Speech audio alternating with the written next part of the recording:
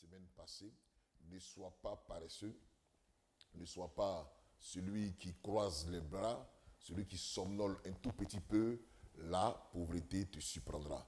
Il faut être un battant en comptant sur la grâce de Dieu et je t'assure que les choses vont changer et tout ira mieux et, n'est-ce pas, la gloire du Seigneur se manifestera.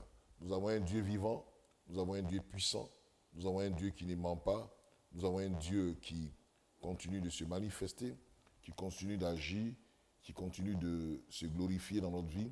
Et je crois qu'il n'a pas fini avec toi. Il fera des choses excellentes. Il fera des bonnes choses dans ton histoire, dans ta vie. Voilà, nous allons prier le Seigneur. Nous te bénissons pour cette plateforme. Nous te bénissons pour ce temps merveilleux. Nous te bénissons pour cette grâce que tu accordes. Nous te bénissons parce que tu es le Dieu vivant. Louange et honneur te soient rendus pour ce temps que tu nous donnes. Bénis tous ceux qui sont à l'écoute. Merci pour la victoire au nom de Jésus. Amen. Voilà, nous sommes à notre émission Prends courage. Traiter un sujet important qui va nous faire du bien, qui nous aidera à comprendre beaucoup de réalités dans notre vie de tous les jours, dans le ministère et dans ce que nous sommes en train de faire. Je vais dire à quelqu'un, ne laisse pas vivre sur ta vie le fardeau que quelqu'un a amassé quand tu n'étais pas présent.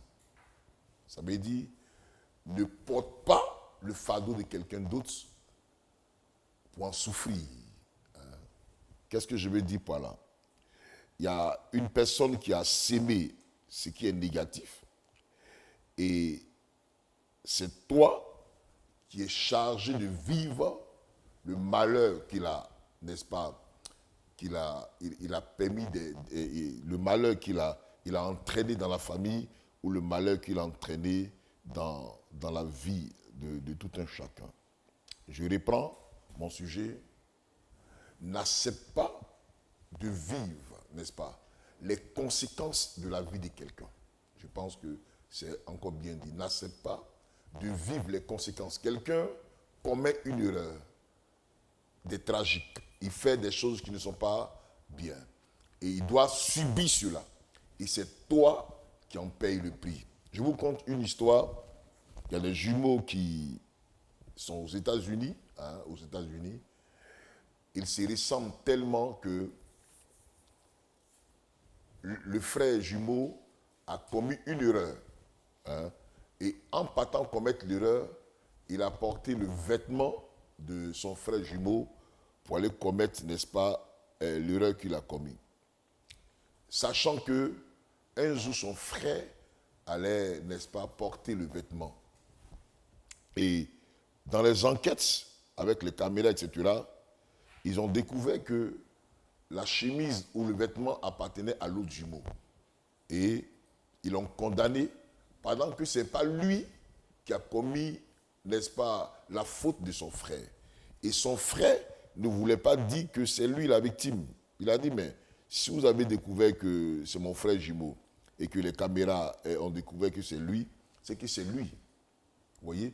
Et son frère jumeau a fait la prison. Cette prison il n'a pas cherché, vous voyez, c'est qu'il n'a pas créé. Il a porté le fardeau négatif de quelqu'un d'autre, sans le vouloir. Ça existe dans le monde où nous sommes. Quelqu'un pêche, ou une personne pose des actes dans la famille, ou soit il crée autour de lui un environnement négatif, et puis c'est vous qui subissez cela. Et même après son départ, vous payez la peine de cette douleur. Vous payez encore le créancier, vous payez encore les crédits, vous payez encore beaucoup de choses le concernant. Or pourtant, c'est lui qui a causé. En causant cela, il a mis ça sur la famille. Il dit non, si je ne suis pas là, c'est ma famille qui va payer. Vous voyez? Donc, à partir de cette parole que tu écoutes, n'accepte pas de vivre les conséquences d'autrui ou créées par quelqu'un. La cause que la personne a créée, le chemin négatif qu'il a créé, qu'il vive ça lui seul. Aujourd'hui, des personnes posent des actes et qui ont répercussion sur ta vie. Vous voyez? Qui ont répercussion sur ta vie. Pourtant, ce n'est pas toi qui es créé. Et il y a beaucoup de personnes qui vivent ça. Surtout les conséquences de famille. Beaucoup vivent, n'est-ce pas, les conséquences qu'ont amassé les membres de ta famille. Ça peut être ton père, ta mère ou quelqu'un dans la famille. Ça, c'est sur le plan spirituel. Vous voyez, beaucoup vivent ça. Beaucoup vivent cela. Sur le plan physique même, beaucoup vivent cela. Vous voyez, les conséquences de quelqu'un, c'est toi tu amasses. C'est toi qui est la victime parce qu'en partant faire ça, c'est ton nom qui l'a laissé. Vous voyez, ça c'est physiquement. Maintenant, spirituellement, comme il y a le même lien des sangs, le même lien des sangs, en posant ce acte, c'est toi qui l'engages. C'est toi qui fais partie de sa famille avec le même lien de sang qui l'engage. Donc, combien de personnes dans ta famille ou combien de fois des actes négatifs ont été posés et c'est toi qui en souffres et c'est toi qui payes. Aujourd'hui, il ne faut pas accepter cela. C'est ce que je veux te dire qui est très important, qui est très nécessaire. Il ne faut pas accepter. Tu ne dois pas vivre le fardeau de quelqu'un d'autre, le fardeau négatif. Subir les conséquences de quelqu'un. Vous voyez? Et prends la charge de quelqu'un pour mettre sur ta tête. Il ne faut pas accepter cela. Parce que ce n'est pas une gloire. La gloire qui s'est passée autrefois, on a pris la charge de la croix de Jésus pour mettre sur Simon de Cyrène. Ça, c'est une véritable gloire. Là, ça a conduit au paradis, ça ouvre les portes. Mais quelqu'un qui a péché, Jésus n'avait pas péché. Jésus était dans la justice. Mais quelqu'un qui a péché, qui a mal fait, qui allait chercher les démons, qui a causé des actes, qui a posé des actes négatifs. Maintenant, les répercussions, là, c'est toi qui subit ça, c'est toi, il faut refuser. Et il y a beaucoup qui vivent ces conséquences-là. Vous voyez, tant mieux physiquement comme spirituellement. C'est comme quelqu'un va prendre un crédit en ton nom et il disparaît et c'est toi qui payes du crédit. Comme j'ai croisé quelqu'un qui disait, quand j'ai rencontré une telle personne, je ne savais pas qu'elle avait beaucoup de charges et elle m'a fait croire que ça allait. Quand nous nous sommes mis ensemble, j'ai fini par comprendre que la personne avait beaucoup de crédits. Et c'est moi qui ai commencé à payer, n'est-ce pas, ces crédits. Vous voyez, ce n'est pas gentil, toutes ces choses. Il ne faut pas que tu sois cette victime-là. Et je crois que Dieu nous aidera. Prenons la Bible dans le livre de Lamentation, le chapitre 5. On va toucher deux passages aujourd'hui. Lamentation, le chapitre 5. Et on va lire un peu le verset 7. Le verset 7, vous allez voir. Et je vais lire à partir du verset 6 pour vous amener à comprendre. Nous avons tendu la main vers l'Égypte, vers la Syrie, pour nous rassasier de pain. Nos pères ont péché et ils ne sont plus, et c'est nous qui portons la peine de leur iniquité. Des esclaves dominent sur nous et personne ne nous délivre de leurs mains. Vous voyez? Donc, voilà un peu quelqu'un qui contait une histoire, selon Lamentation du chapitre 5, qui parle un peu de... Pour manger, on a oublié de tendre la main ailleurs. Vous voyez? On a oublié de commander dans tel endroit pour avoir de quoi manger. Pourquoi? Parce qu'il y a des personnes qui ont causé des actes ou qui ont posé des actes et nous sommes les conséquences. Nous vivons les conséquences de leurs actes. Donc Lamentation dit et au chapitre 7, nos pères ont péché et ils ne sont plus et c'est nous qui portons la peine de leur iniquité. Vous voyez? Ça veut dire qu'il n'est plus celui qui a péché, celui qui a posé cet acte. Il n'est plus et c'est moi qui paye la peine de ses iniquités. Il peut même être vivant et tu vas payer la peine de ce qu'il a fait ou l'action qu'il a posée ou l'acte qu'il a posé ou ce qu'il a fait ou les conséquences. Quand vous avez le même sang, vous voyez, c'est comme c'est toi qui l'engageais parce que c'est le chef de la famille, c'est comme si c'est toi qui l'engageais dans tel endroit, dans tel lieu. Bien aimé. Combien de fois ta vie n'a pas été engagée sans que tu ne le saches, sans que tu ne le veuilles à des choses qui ne sont pas nobles, à des choses qui ne sont pas justes. C'est la même chose, comme quelqu'un partait par un crédit, et puis c'est ton nom, n'est-ce pas? C'est ton nom qui est affiché dans le crédit là-bas. On affiche ton nom. Il dit non, c'est de ta part qu'il vient prendre crédit, et on signe ton nom. Vous voyez, c'est comme ça. Ou soit le jumeau dont on venait de parler tout à l'heure, qui a pris le vêtement de son frère pour aller voler, pour aller commettre un acte, et c'est son frère qui a fait la prison. Ou soit l'enfant, il commet des actes, il disparaît, et c'est ses parents qui payent. Vous voyez, c'est comme ça l'enjeu spirituel. Les conséquences, les sémences, les actions posées par nos parents, parce qu'on a le même lien de sang, c'est nous qui payons souvent. Et aujourd'hui, beaucoup subissent ce qu'ils n'ont jamais cherché, ce qu'ils n'ont jamais vu, l'acte qu'ils n'ont jamais posé. La seule chose, on est de la même famille. La seule chose, on a le même lien de sang. La seule chose, c'est la vie de la personne qui me couvre. Mais je n'étais pas là quand la personne faisait ça. Mais je paye la peine de la situation de sa vie. Je paye cette douleur-là. Vous voyez, je vis les conséquences de cette douleur, etc. Et beaucoup subissent. Et c'est t'a rattrapé. Quand tu es né, ça t'a trouvé là. Tu vis avec ça. Et tu subis des réalités. Pour d'autres, leurs parents ne sont plus, certainement. Pour d'autres, ils sont encore vivants et tu en payes le prix, c'est les conséquences. Ma soeur, mon frère, si c'était à ta place aujourd'hui, tu n'allais pas accepter poser ce acte qui allait avoir une répercussion sur ta vie. Si on te dit telle chose pouvait agir comme ça de la sorte, tu n'allais jamais accepter. Qui aujourd'hui peut accepter que le malheur arrive à sa vie? Qui aujourd'hui peut accepter que la pauvreté arrive à sa vie? Qui aujourd'hui parmi nous peut accepter que la maladie arrive à sa vie, ou tu sois malade, ou ta vie n'avance pas, c'est dur, c'est compliqué, les portes sont fermées. Personne ne peut accepter le négatif. Personne parmi nous ne peut accepter ce qui est triste, ce qui est malheureux. Personne ne peut accepter la pauvreté. Personne ne peut accepter que les portes soient fermées. Personne ne peut accepter. Mais tant mieux que tu ne peux pas accepter ces choses. Sur le plan spirituel, il y a quelqu'un sans que tu ne veuilles qui t'a fait accepter ça. Il t'a fait accepter le célibat. La personne t'a fait accepter le malheur dans ta vie. La personne t'a fait accepter la pauvreté. La personne t'a fait accepter des choses négatives. La personne t'a fait accepter la honte, des vices scandales, etc. Donc, en posant ce acte, la personne t'a engagé et vous engagez, vous, dans votre famille. Donc, ce n'est pas que je veux ou je ne veux pas, mais tu es engagé. Mais comment se défaire de cela? C'est de ça que nous allons parler. Parce que ce n'est pas toi qui as cherché ça. Ce n'est pas toi qui as voulu, mais quelqu'un de par sa vie, par sa notoriété, par son règne sur vous, par, n'est-ce pas, sa grandeur, vous engagez en le faisant. Et ça peut passer par le père, ça peut passer par la mère, etc. Et c'est ce que Lamentation nous a dit. Vous payez la peine des iniquités de vos pères. Ils ne sont plus, ils ont péché, ils ont posé des actes, et c'est vous qui payez la peine. Est-ce que si tu étais là, tu allais faire comme ton père, ou contre la personne qui a causé ça dans la famille? Je vous conte encore une histoire un peu merveilleuse. Dans 2 Rois, le chapitre 4.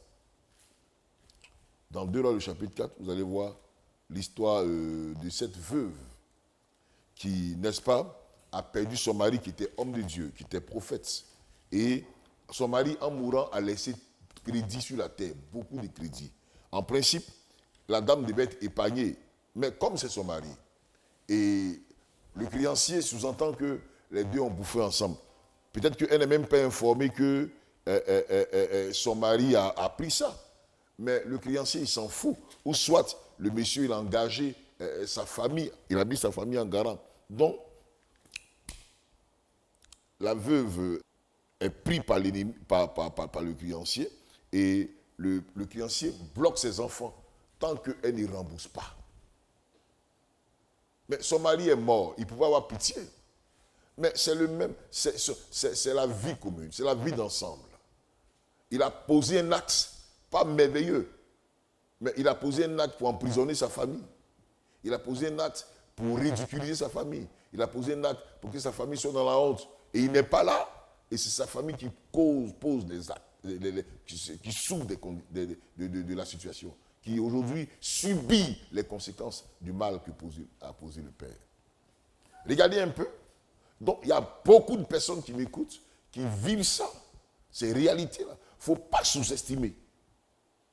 Et ça, là, ce n'est pas parce que on va prier pour toi à l'église, mais il faut prendre conscience.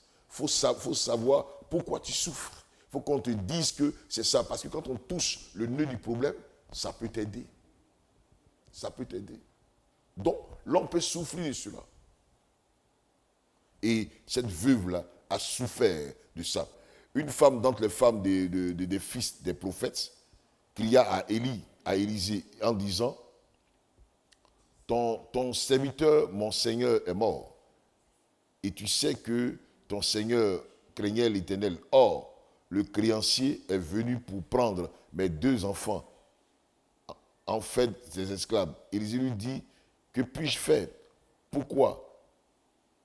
Dis-moi, qu'as-tu à la maison? Et elle répondit, ta servante n'a rien du tout à la maison qu'un vase d'huile. On va s'arrêter là. Vous voyez? Ce qui nous intéresse, c'est le créancier qui est venu prendre les enfants. Son mari a laissé des dettes. Il a pris l'argent avec quelqu'un. Et cela engageait toute sa famille. Peut-être que madame ne savait pas, ou peut-être elle savait. Mais aujourd'hui, il n'est plus pour pouvoir avoir compassion. Mais il a bloqué les 2 enfants de la femme. Elle doit payer la dette de son mari. Il y a beaucoup qui m'écoutent qui payent des dettes de famille, des dettes qui n'ont pas emprunté. Et tu payes des dettes sur le plan marital, des dettes sur le plan finance, des dettes sur le plan des ouvertures. Tu payes des dettes parce que quelqu'un a posé un acte qui vous rattrape dans la famille, où tu vis les conséquences de quelqu'un d'autre. C'est attrait à une personne où vous bossez ensemble. Elle t'accuse injustement que c'est toi qui es fait et tout le monde la croit. Or pourtant, c'est elle qui a posé les actes. Quand tu vis, n'est-ce pas, des conséquences de quelqu'un que tu n'as pas sémé, où tu vis, n'est-ce pas, les conséquences du péché d'une personne, ça ressemble au mensonge sur ta vie. On ment sur toi. On dit c'est toi qui es fait. Et aujourd'hui, les documentaires que nous regardons, non, pas seulement la vie de ce jumeau, mais il y a un gars qui a fait plus de 30 ans en prison. On l'a accusé d'un meurtre ou d'une situation dont il n'était même pas présent. Il a fait plus de 30 ans. Il est rentré vers 25, il est sorti à 65 ans. Ils ont perdu toute sa jeunesse. De 20, 25 ans, quelque chose. Et c'est après que l'on s'est rendu compte qu'ils ont commis une erreur trop tard. Il est resté plus d'une trentaine d'années en prison. Mais comme Dieu l'a fait, la grâce n'était pas bon. Donc il a vécu la prison pour ce qu'il n'a pas fait. Mais il a fait la prison parce qu'on l'a accusé que c'est lui qui est fait. Le péché de tout sur ta vie, c'est que tu vis les conséquences de la vie de quelqu'un. On t'accuse de ce que tu n'as pas fait. Et c'est de ça, toi et moi, on doit se débarrasser aujourd'hui. Les conséquences d'autrui, là, je ne porte pas ça. Le fardeau de l'autre, là, moi, je ne paye pas ça. Je ne porte pas ça. Ça ne me ressemble pas. Je ne veux pas ça. Tu ne sais pas quelles conséquences qu'il allait prendre, les actes qu'il a posés là. Ton père, ton grand-père, etc. Tu ne sais pas. C'est solide. Donc vous voyez, mais dans tout ça, la solution c'est quoi?